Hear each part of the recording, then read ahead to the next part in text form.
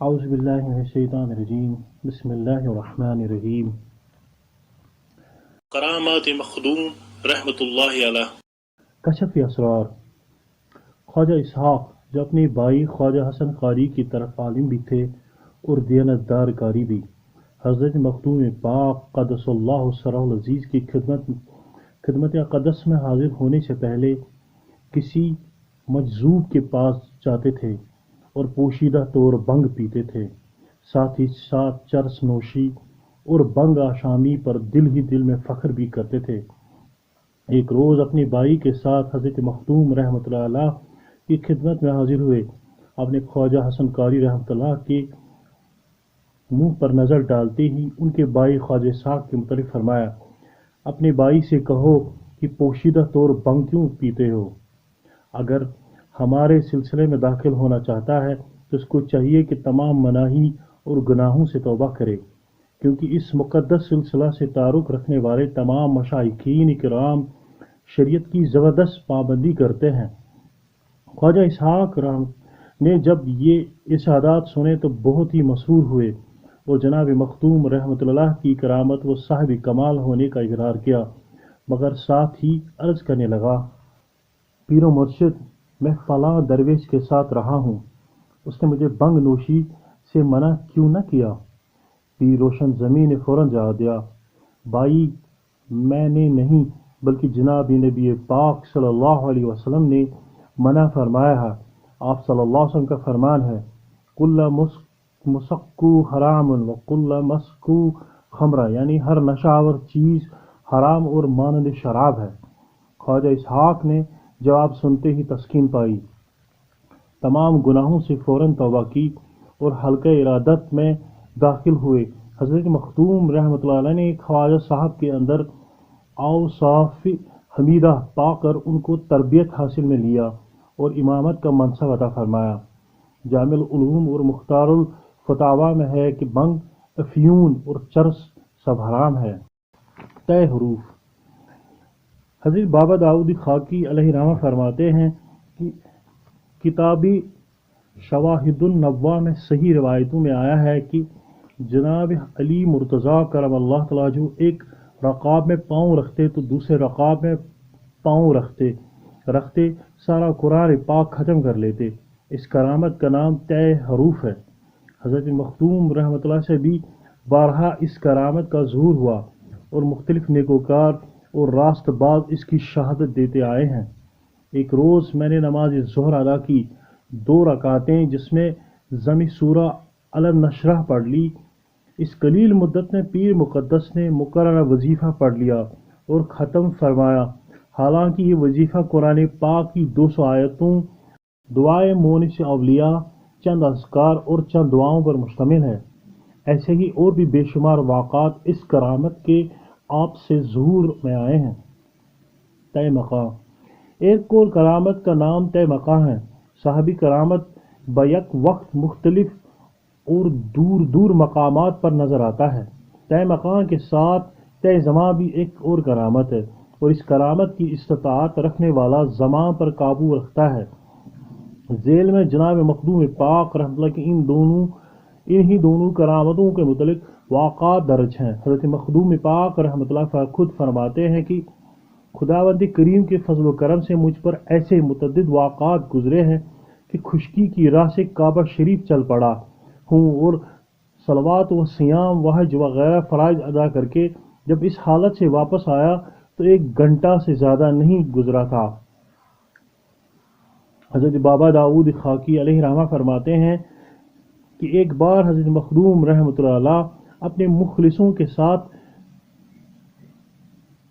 سورج طلوع ہونے کے بعد گھوڑوں پر سوار ہوئے اور سری نگر سے 30 میل دور بیج بہاڑا پہنچے اور وہاں نماز چاشت، جو دن چڑھنے کے بعد ہی ادا کی جاتی ہے، پڑھی۔ بسا اوقات ایسا ہوا کہ آپ رحمۃ اللہ کے جاننے والوں میں سے بہت سارے آدمی حج پر جاتے تھے اور وہاں جناب مخدوم رحمۃ اللہ سے ملاقات کرتے۔ واپسی پر پیر کامل رحمۃ اللہ کے سامنے اس کا تذکرہ کرتے تھے۔ آپ رحمۃ اللہ علیہ جواب میں فرماتے تھے کہ صرف حج کے موقع پر ہی نہیں بلکہ اس کے بغیر بھی بسا اوقات خداوند کریم مجھے زیارت کعبہ و مدینہ سے سرفراز فرماتا ہے، اور ہم یہ جان کر حیران تھے کہ جب ہمارا پیر کامل حج کے موقع پر اپنے شہر سے کہیں تشریف نہیں لے جاتے تو دوستوں نے حج پر کیسے دیکھا؟ اس کے جواب میں آپ جملہ بالا فرماتے تھے۔ جناب علی صوفی کہتے ہیں کہ ایک روز میں عیش مقام گیا اور بابا زین الدین صاحب کی قبر کی زیارت کر کے مسجد شریف میں داخل ہوا تو وہاں کسی کونے میں سویا ہوا دیکھا۔ جب قریب چلا گیا تو میری حیرت کی کوئی انتہا نہ رہی جب میں نے یہ دیکھا کہ یہ میرے قبلہ و مرشد حضرت مخدوم عالم ہیں۔ دل کو اطمینان کرنے کے لیے میں نے قبروں کو چھوا، آپ نے آنکھیں کھولیں، میں نے سلام کیا اور عرض کیا کہ مخدوم من، یہ کیا عجب کہ قیام گاہ پر بھی موجود ہیں اور یہاں بھی تشریف فرما۔ ارشاد فرمایا، یہ اللہ کا فضل ہے، خداوند کریم ہر ایک کو اپنی اپنی استعداد کے مطابق لطف و کرم سے نوازتا ہے۔ یہ فرمایا اور غائب ہو گئے۔ میں گھر واپس چلا آیا تو قیام گاہ پر پیر و مرشد کو پایا، سلام کیا، ہنستے ہوئے فرمایا، مسجد شریف میں کس کو دیکھا؟ میں نے بسد نیاز عرض کیا، مولا من، اسی قبلہ کو جن سے آپ بھی واقف ہیں۔ ایک بار ایسا ہوا کہ حضرت مخدوم پاک رحمۃ اللہ بانڈی پورہ کے گاؤں کھوئی ہامہ میں کچھ عرصہ سے قیام پذیر رہے، اور ادھر سری نگر میں آپ کے ایک مخلص اور صاحب خیر مرید جناب خواجہ عثمان کول کو ایک امین جواب مخدوم رحمۃ اللہ کے دوسرے مریدوں کے ساتھ دعوت پر بلایا۔ خواجہ عثمان نے دعوت قبول کی اور گھر سے نکل پڑے۔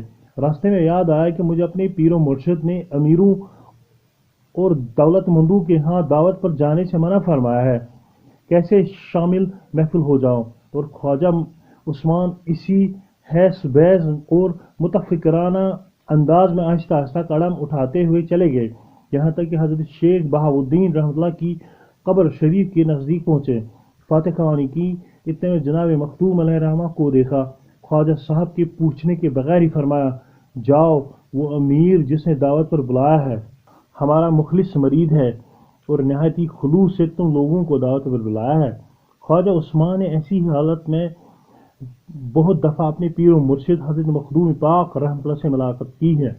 ایک موقع پر جناب مخدوم علیہ الرحمہ سری نگر سے کم و بیش 30 میل دور نادی ہل بانڈی پورہ میں تعمیر مسجد کے سلسلے میں مصروف تھے، اور ادھر سری نگر میں اپنے خادم ملا اللہ داد کو ہدایت دے گئے تھے کہ سرما کے موسم میں اس کمرے میں جس میں گائے گھوڑے کے لیے گھاس چارہ رکھا گیا ہے، چراغ ساتھ لے کر نہ گھس جانا۔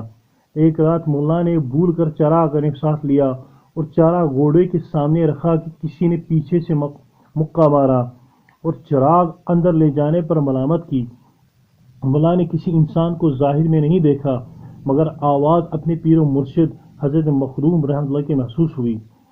ادھر سری نگر میں یہ واقعہ پیش آیا اور ادھر بانڈی پورہ نادہل میں اپنی قیام گاہ پر حضرت مخدوم پاک رحمۃ اللہ نے جناب یوسف کو ہنستے ہنستے یہ سارا واقعہ سنایا۔ کچھ مدت کے بعد جناب یوسف سری نگر چلے آئے تو ملا اللہ داد نے قصہ بتایا اور کہا کہ یہ واقعہ میں نے اسی صبح کو بہت سے دوستوں سے بیان کیا ہے۔ جناب یوسف نے فرمایا کہ مجھے بھی پیر کامل رحمۃ اللہ نے اسی وقت اس واقعہ سے آگاہ کیا۔ حضرت ملا احمد چاگلی رحمۃ اللہ جو جناب مخدوم رحمۃ اللہ کے مخلص اور صاحب بصیرت مرید تھے، فرماتے ہیں کہ میں نے اکثر اوقات اپنے پیر مرشد کو روحانی صورت میں گہرا نورانی صورتوں کے ساتھ دیکھا ہے۔ میں اس تعداد پر حیران تھا۔ بعد میں معلوم ہوا کہ ابطال کی تعداد 12 ہوتی ہے اور ہمارا پیر کامل ان میں سے ایک ہے۔